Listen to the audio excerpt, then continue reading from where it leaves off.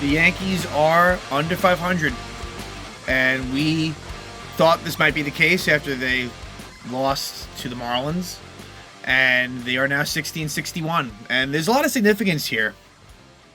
This is the first time that the Yankees have been under 500. This is the first time the Yankees have been under 500 this season.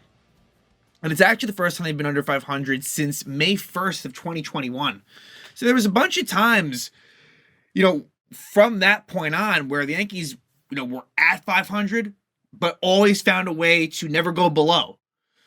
Like, whether it be this season, there was some instances early on, and I guess more so early on, where like they were at 500, but never, but it's like, look, you could easily be like 0-1, or, like something, totally innocuous, 2-4 or whatever, but they actually, all of 2022 and then up until now were at least 500 or more. And even dating back to 2021, May 1st was the last time they were under 500. That's the first thing. This is also the first time they've been below 500 this late into the season since 1995. But what the caveat there is that team would eventually go on a run. This team is not doing that. This team is bad. Now, like, there's a quarter of a season left, but we've seen what we've seen. This team is going nowhere.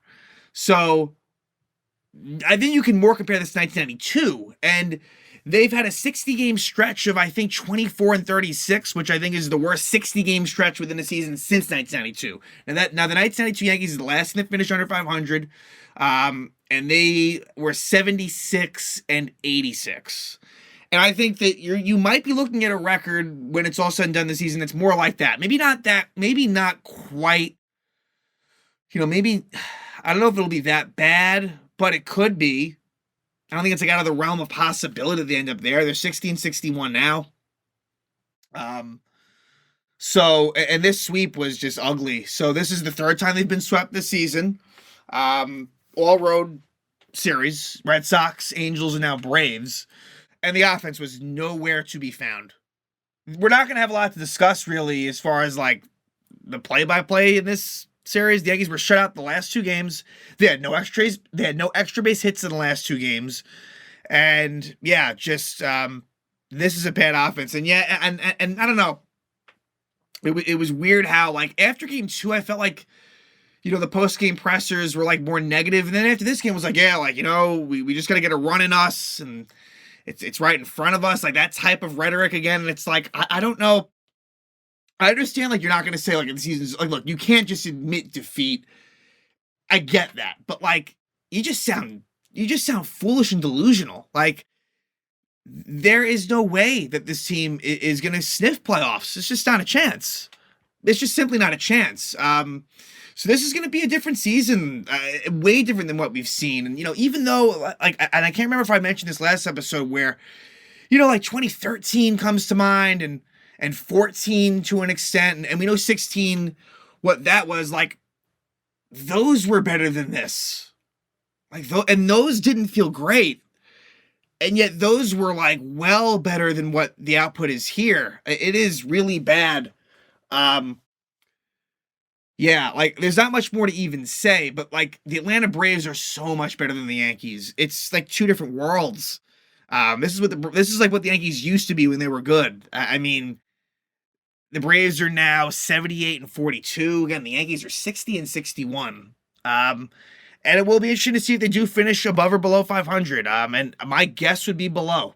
That would just be my guess. I know that the schedule will have some easy spots, but let's be honest with ourselves. The Yankees, like, they could lose to just about anyone. The only teams that they've shown they can beat lately is Kansas City and Oakland. That's it. And those are the two worst teams in baseball. So, like, I don't think it gets better from here. It's only going to get worse. And, I think there's some good with the 500. If they finish the season below 500, I think that streak coming to an end is a good thing. Coming in last place, like, will it lead to mass changes like us fans want? Probably not. Like, the only person that's going to go is Boone, and Cashman's going to stay, and a lot of the thing, and not much is going to change. And, like, unfortunately, I think that might happen. But how can it, though? Unfortunately, it will, but it's like, how can Hal look at this and be okay with it? Like, again, the structure and composition of this team done by Brian Cashman is awful. It's embarrassing, and I don't know how you fix it too. I got to be honest. I am very concerned with the future of this team. I don't think that this Yankee team, especially when you look at the division, and it's a division that you got certainly a team in the Orioles that are very much on the rise. I mean, more than on the rise. They're there now. Um, the Rays are always a team that is very competitive. Just they find a way, and there's no reason to think that'll stop. The Blue Jays, say what you will about them, but they have a very nice core, a very good core, and a lot of good players. And the Red Sox, them as well, in terms of sure, like maybe you're more on par with the Red Sox, but they have found a way to be better than the Yankees this year too. And in part, that was because of what happened head to head, where the Red Sox won 5 of 6, and that's actually the next opponent. And we'll preview that series. But the Yankees are very clearly the worst team in the division, and I don't like, why should that necessarily change? I don't know if it does. So I think times are bad for the Yankees, and that's just yeah, you have to live with that. And just the way things were handled at the deadline was wrong, and they should have sold. They should have sold. I understand, like, at the time they were only maybe 2-3 games out of the wild card, and now they are about 6. So it's not as if, it's worse than it was. It could be, it could even be worse. Really, the teams in front of them, namely like the Blue Jays, have not exactly like ran away with it. But the Yankees have been so bad that it doesn't matter, that they keep on falling worse and worse. They're like in Angel territory right now. They're closer to the Angels than they are to like the Red Sox. It's really pathetic. And there's only so much I can say. It's just bad. And again, we saw this series, a team that is, a World Series level. It doesn't mean they're going to get there, but the Braves are a World Series capable roster. And the Yankees are not even anywhere near it, not even anywhere close. And so the last quarter of this season is going to be tough. There's still 41 games left. It is still a lot of games. That's not me saying they're going to make a run. It's just like, wow, like there's still a lot to kind of go through here. But hey, happy this Brave series is over. That was brutal to watch. Brutal to watch. Let's get into it right now. So Clark Schmidt, it's funny, out of all the pitchers, and that includes Luis Severino, Clark Schmidt was the major. It was like, this is more of an anemic offensive situation, as I've always tried to make it, but Clark Schmidt was bad. And that was unfortunate too, because he's a local product. He grew up a Braves fan. He's from Georgia, apparently like 50 friends and family, but he ends up only going 2 1/3 innings, gives up 9 hits, gives up 8 earned runs. It was bad for Clark Schmidt. And so all the good work that he had done, now that a ERA jumps back up to 4.76. So, you hate to see that, again, because he had been so good, but that's going to happen against this Braves lineup. And the Yankee offense, the only time they showed a semblance of anything was the first couple innings in the series. And I'll repeat this, and it's kind of a pointless thing to say, but it is still relevant to me, is that the Yankees versus left-handed pitching, they'll at least look somewhat capable. And when I say that, I mean, middle of the pack. Like whereas versus right-handed pitchers, which again, as we all know, it's 80% righty, like in terms of for every 5 pitchers, 4 of them are right-handed, maybe more than that. Like in a 5-man rotation, let's just say, use it that way, I'd say about 4 of them are righties, give or take. So yeah, so basically most of the time you can't touch right-hand, like you cannot touch the righty side, and that's the way this team is constructed. The point there is that there was a chance versus Max Fried, and it seemed like earlier that maybe they were going to get something going. As far as lineups and stuff like that, again, it's basically the same crew. DJ LeMahieu returns. LeMahieu, again, the standard is low, but LeMahieu has been one of their better hitters lately. And again, he's still stuck on 29 RBIs in the season. I'm keeping it real, but he has been better than a lot of these other bums. In this game against the lefty, they did have Oswaldo Cabrera in. So that meant Bowers and McKinney were both on the bench. So what you're seeing now, and even versus righties, you're seeing DJ as a first baseman, Connor Falefa as the third baseman. And basically what's happening is left field is kind of switching off, right? Sometimes it's McKinney, sometimes it's Bowers, maybe even as Walt. That's what happened here. And so every night, obviously you have the Higgy, Rortvedt catcher platoon. The infield is what the infield is. Around the horn, LeMahieu, Torres, Volpe, Connor Falefa. Center field, Bader. And then right field, DH is a combination of either Judge or Stanton. And left field, like I said, is that sort of, McKinney, Bowers, Cabrera. It ain't good. And I think that next week, I think we will see, guys get called up. I think that that's going to happen very soon. And the guys that are coming to mind for me are Peraza and Pereira. Beyond that, maybe there'll be some others as well, but we'll leave it at that. I think that they'll fit them in. And what will that mean for the roster? I'm not sure. But, I guess I'll just go through it now. Yeah, it was bad. I mean, to give player-by-player evaluations, Glaber, through the second game of the series, in his last 6 games at that point, 6 double plays. So Glaber, who was batting behind Judge, basically what they were doing was they were walking Judge, and Glaber was just hitting a double play every time. So that's why, again, Glaber should have been traded at the deadline. I understand that he's been one of our best players, but that was what you had to do, and they didn't do it. So, and Giancarlo Stanton, I know this is what he is, but just the at-bat quality is awful. The guy takes pitches down the middle and swings that shit way outside all the time. And so now he's hovering right around 200. I don't think he's under as we speak, but it's right there. It's right on that Mendoza line. So yeah, he was bad, and I'm trying to think anything else. Nothing else really stood out. But just mainly really, really bad. Mainly really, really bad. So yeah, first game, Max Fried versus Clark Schmidt, and the base running in game 1 was pretty fucking horrific. We'll talk about one specifically that was really bad, but first inning, the Yankees do score, and this is where, a good team kind of breaks, another thought's coming to mind here, is that the Yankees, when they're trailing, are specifically terrible. They have not shown, that's where lack of kind of fight comes in a little bit. I think it's more of their bad issue than a lack of wanting it. But when they do trail, it's they are really, really awful. Whereas when they're leading, it's a little bit different, but they lose that confidence right away and it's done.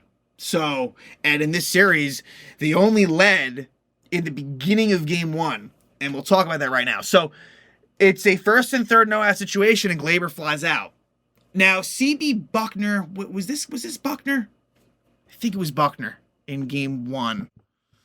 No, it wasn't. He was game 2. But C.B. Buckner's really bad. But there was some questionable, strike zone calls here. But either way, Glaber flies out. Stanton walks, and so you have bases. And so, yeah, you have bases on 1 out for Bader, who normally comes through in these situations, and he grounds out. An RBI ground out gets the run in, but you're looking for more, and then DJ grounds out. Then in the bottom of the first, off of Clark Schmidt, Austin Riley homers to make it 1-1. Then in the second, the Yankees do fight back, as with 2 outs, as Waldo Cabrera gets an infield single, he steals second, and then Isaiah Kiner-Falefa, the one guy that really consistently comes through runners in scoring position, gets an RBI single. However, he overslides second base and is out. So, with Judge coming up there and, Glaber, that's tough. So IKF, who, again, has been susceptible to some not-so-great base running. Again, it wasn't as if it was a bad decision. I suppose you could call it bad luck, but you got to be careful there. And he overslides second, and he's out. So it kind of tempers what was a big hit for him, makes it 2-1. And then in the second inning, it starts to, just unravel for Clark Schmidt. What you eventually have is he almost gets out of a jam. And with 2 outs, Nicky Lopez gets a 2-run single. Makes it 3-2. So the former Kansas City Royal, and this was an 0-2 pitch as well. So that was, again, just frustrating where Clark, this was all 2 outs. A lot of these runs by the Braves, it was all with 2 outs. It didn't start with 2 outs, but the RBIs happened with 2 out. And then as the inning continues, Michael Harris gets an RBI single, makes it 4-2. We go to the bottom of the third, and it only gets worse for Clark. A 2-run single by Eddie Rosario. An RBI single by Orlando Arcia. I'm trying to think if there was any bad fielding here. No errors for the Yankees. So maybe that was IKF in game two.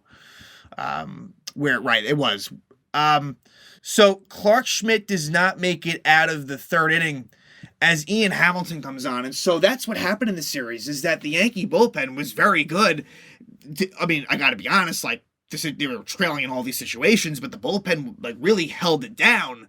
But the offense gave you nothing, and the starting pitching, didn't give you length, and in the case of Schmidt, got absolutely pulverized.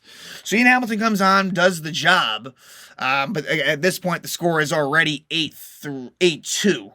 So game's already over. Let's jump to the sixth. Harrison Bader, after getting a two-out single, gets picked off first. I don't know what he was thinking about. I'm not sure if he kind of fell asleep, but he gets picked off. Just unacceptable in an 8-2 game. Down 8-2, in that situation, you're getting picked off first. You just cannot have that, simply put.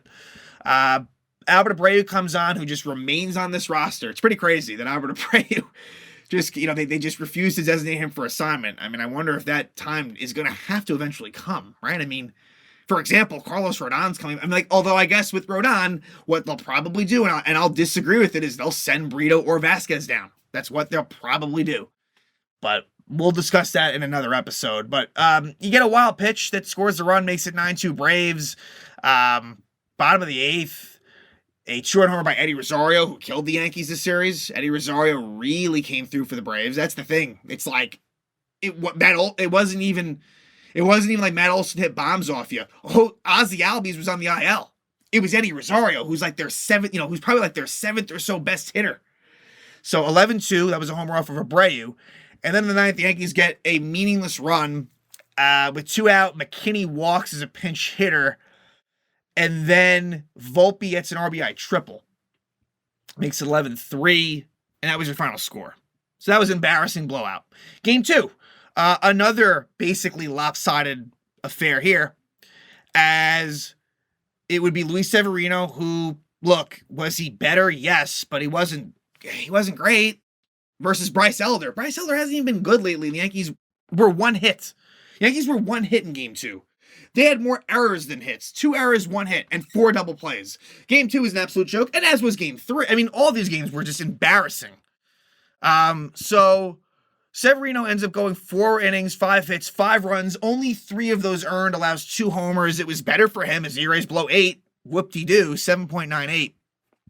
So, yeah, this one will run right through. Bottom of the first. Severino almost gets out of a jam. That's the frustrating thing, is that Severino, at times, sometimes he just gets killed immediately, but in the first, he almost gets out of it. Runner on third, 2 out, is the situation that it ends up becoming. Originally, it was runner on third, no out. He walks Olsen. Okay, that's fine. Makes sense.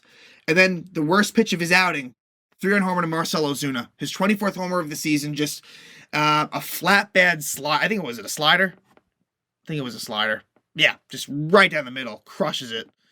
3-0 Braves. And so the game's basically over. The only chance the Yankees had was in the second, where you end up with a first and second one-out spot, and Bader hits a double play. So Bader kind of had, like, the few big chances that they had in the series, Bader kind of had a couple of them and just didn't deliver. And then in the bottom of the fourth, you get an error by Connor Falefa at third. And IKF has been good at third, although in this game he really struggled. And there's an error there. So it does eventually prolong the inning. And so these 2 runs are unearned. Ronald Acuna to 2-run homer to dead center field. His 27th homer of the year makes it 5-0. That'd be the final score. Severino would only go those 4 innings. Again, improvement, but still, like, you don't feel good about him. And the Yankees had to use all these high leverage relievers because the bullpen was in such shit shape. So Wandy pitches the 5th, scoreless. Loizaga, a scoreless 6th. Canley, a scoreless 7th. Elder pitches 7 shutout innings. AJ Minter comes on and pitches the 8th and does a good job for the Braves. Clay Holmes, in his first outing since that meltdown against the Marlins, pitches a scoreless 8th. And then in the 9th, Kirby Yates puts the Yankees out. Yankees lose 5-0. Game 3.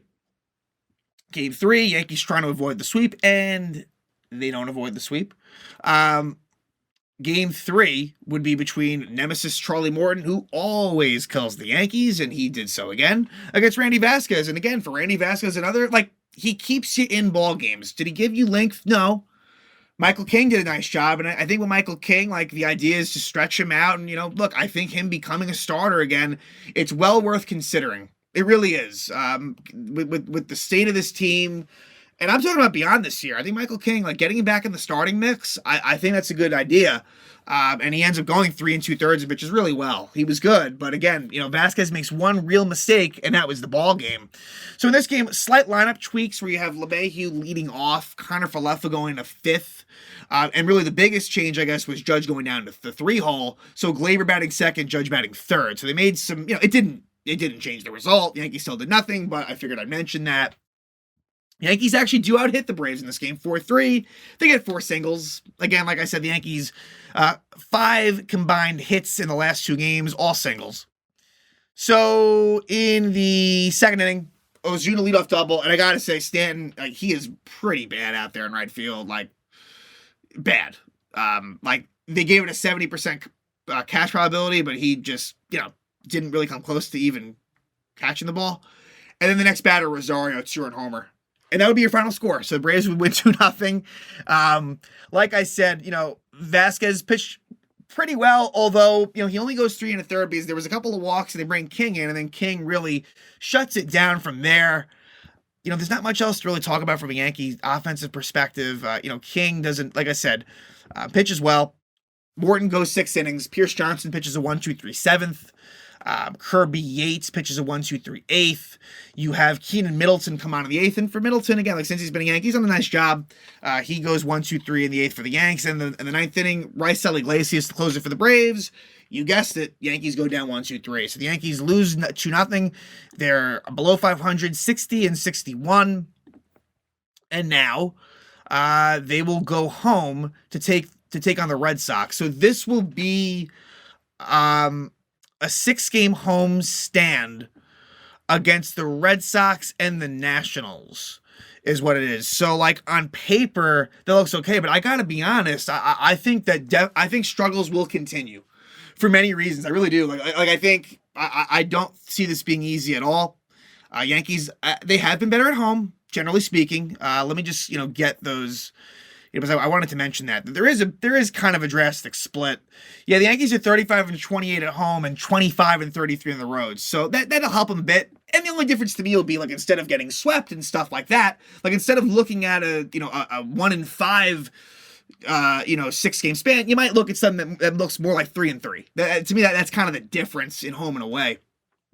So the matchups, it's going to be Bayo versus TBD, likely Brito, and I guess the question is, will you go like with Hamilton? It'll probably be some Hamilton-Brito combination. And then game 2 will be Cutter Crawford versus Garrett Cole. Garrett Cole looking for some better win luck, which has not happened lately. Seeing Cole pitch is one of the few reasons to watch the Yankees.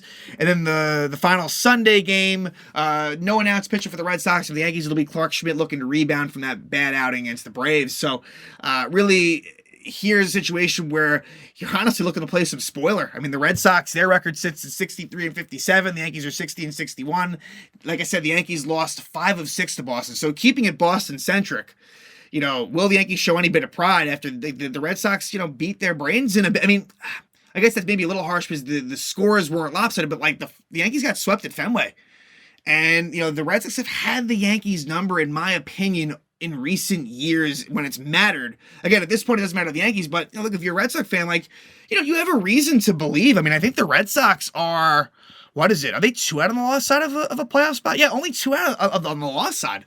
Not so bad. So, if you're the Yankees, it's like, show some fucking pride and beat them. At the same time, the fans are going to be very, in a bad mood. And, that will be interesting to me, is if this series goes poorly, like just the fan reaction at home could get pretty ugly. So again, Yankees under 500 for the first time this season, for the first time since May 1st, 2021, for the first time this late in the season since 1995. And they've had their worst 60-game stretch within a season since 1992, which is the last time that they finished a season under 500. So this is all very significant to me, and I think it's only going to get worse from here. Could they go back above 500? Yeah, sure. I'm not denying that. That might happen, but the point is that, like, I would be very, very, very surprised if we talk about, like, oh, hey, like, they're kind of like sniffing back in this thing. Like, I don't think we're going to get there. I really would be very surprised that's the case. This is not a good baseball team, and it's going to be a very, very tough quarter of the season left to watch, but we'll be here talking about it. Again, would really appreciate everyone if you can like and subscribe, as we will, try to get through this really, really disturbing and ugly 2023 Yankee season. Again, the Yankees swept, and the offense was completely non-existent. They go down against the Braves. They fall below 500. They will come home to take on the Red Sox.